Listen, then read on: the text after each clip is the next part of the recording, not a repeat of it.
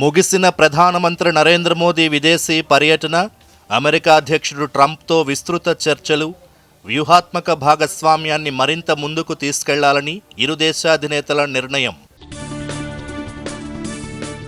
అమెరికాతో కలిసి భారత్ అనేక రంగాల్లో పనిచేస్తుందన్న ప్రధాని మోదీ, త్వరలో లాస్ ఏంజల్స్, బోస్టన్లో కాన్సులేట్ కార్యాలయాలు ప్రారంభించనున్నట్లు వెల్లడి. 26/11 దాడి నిందితుడు రాణా అప్పగింతకు అగ్రరాజ్యం ఆమోదం తెలపడంపై ప్రధాని హర్షం. పరస్పర సుంకాలపై త్వరలో భారత్, అమెరికా మధ్య చర్చలు మొదలవుతాయన్న విదేశాంగ కార్యదర్శి. 6 నుంచి 7 నెలల్లో ఇరు దేశాల మధ్య వాణిజ్య ఒప్పందం ఖరారవుతుందని విక్రమ్ మిశ్రీ వెల్లడి. తెలంగాణలో వచ్చే ఏడాదికి రుణ లక్ష్యం 3.86 లక్షల కోట్లుగా ప్రకటించిన నాబార్డ్, అనుబంధ రంగాలకు కూడా రుణాలివ్వాలని మంత్రి తుమ్మల బ్యాంకర్లకు సూచన.